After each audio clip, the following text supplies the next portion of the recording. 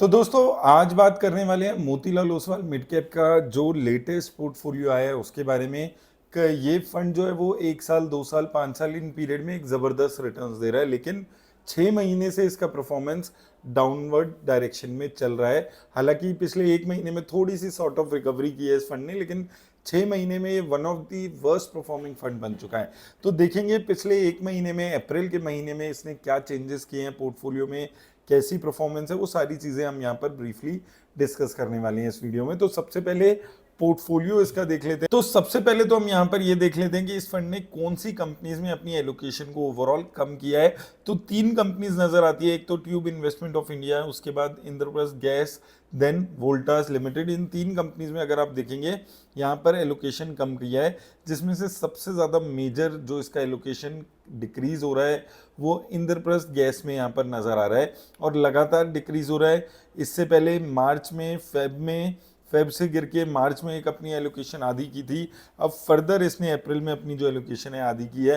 तो कंपनी धीरे धीरे इंद्रप्रस्थ गैस से एग्जिट करते हुए यहाँ पर नज़र आ रही है। सिमिलरली थोड़ा सा एग्जिट इसने यहाँ पर ट्यूब इन्वेस्टमेंट ऑफ इंडिया में किया है और वोल्टास लिमिटेड में भी कुछ सेलिंग यहाँ पर की है। तो ये 3 कंपनीज है मेजरली जहाँ पर कंपनी सेलिंग करती हुई नजर आई है। इसके अलावा अगर हम बात करें न्यू परचेजेस कोई अभी इसने नहीं की है, तो कंपनी बहुत ज़्यादा एग्रेसिवली बाइंग नहीं कर रही है। हालांकि जो फंड्स ऑलरेडी पोर्टफोलियो में थे उसमें एडिशन किया है, जिसमें से सबसे प्रोमिनेंटली कल्याण ज्वेलर्स में लगातार अपनी एलोकेशन बढ़ाई है। तो गिरावट देखने को मिली थी कल्याण ज्वेलर्स के शेयर में, लेकिन उस गिरावट के बीच में भी कंपनी ने लगातार अपना जो भरोसा है वो इस कंपनी पे बनाया है और ओवरऑल 6.83% से बढ़ाकर अपनी एलोकेशन को 8% तक ये कंपनी यहाँ पर ले गई है।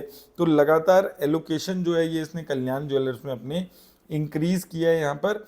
हालांकि ओवरऑल अगर आप देखें शेयर वाइज, इसके अलावा अगर आप देखेंगे तो majorly Indian hotels, KPIT tech, अब केपीआईटी टेक में भी धीरे धीरे हर महीने कुछ ना कुछ थोड़ा थोड़ा एलोकेशन इंक्रीज हो रहा है शेयर वाइज।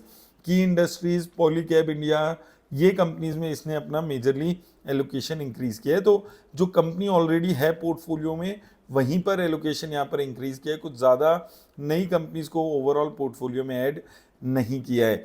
ओवरऑल अगर हम बात करें तो टोटल पोर्टफोलियो में अभी भी 25 to 26 कंपनीज नजर आएंगी और कंसंट्रेटेड पोर्टफोलियो अभी भी ये यहाँ पर लेकर चल रहा है।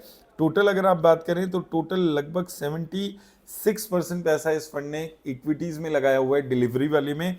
इसके अलावा कंपनी अभी भी काफ़ी कैश लेकर चल रहा है। तो ये फंड अभी भी ये मान रहा है कि हो सकता है यहाँ पर अपॉर्चुनिटीज़, बेटर अपॉर्चुनिटीज़ आने वाले टाइम में आपको मिलते हुए नजर। अब कुछ फर्दर फंड की डिटेल्स पे अगर मैं आप यहाँ पर बात करता हूँ तो एसेट अंडर मैनेजमेंट 27,000 करोड़ का हो चुका है। तो लगातार इसका एसेट अंडर मैनेजमेंट बढ़ते हुए नजर आ रहा है। हालांकि 6 महीने में फंड थोड़ा गिरावट दिखाई है फंड ने। और अगर आप बात करें एलोकेशन की, 25 कंपनीज हैं, डिटेल में हमने उस कंपनीज की बात कर ली है। मेजरली कंपनीज अगर हम बात करें मिड कैप कंपनीज और कुछ लार्ज कैप कंपनीज हैं। Sector technology, capital good, service sector, consumer sector आपको यहाँ पर देखने को मिलेंगे।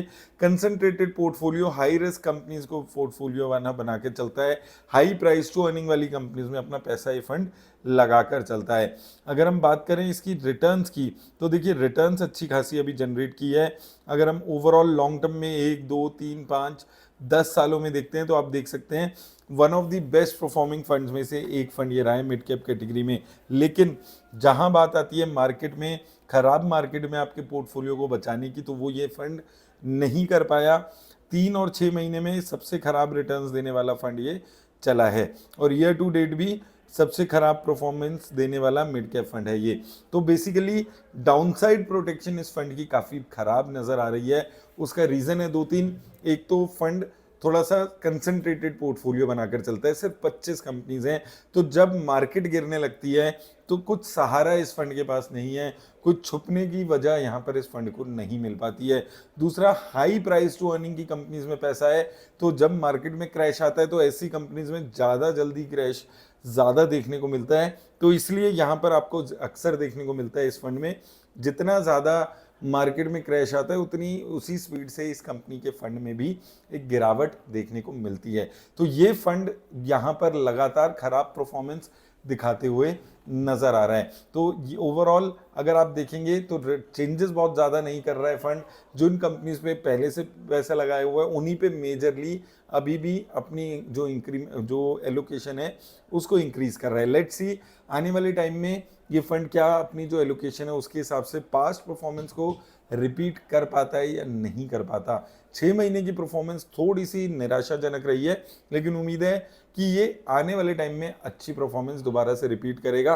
लेकिन याद रखिएगा, हाई रिस्क हाई वॉलेटिलिटी झेलने वाले इन्वेस्टर्स के लिए ही ये फंड यहाँ पर बना हुआ है। तो वही चीज़ को समझकर इस फंड में इन्वेस्ट करें। मेरी तरफ से बस इतना ही। धन्यवाद।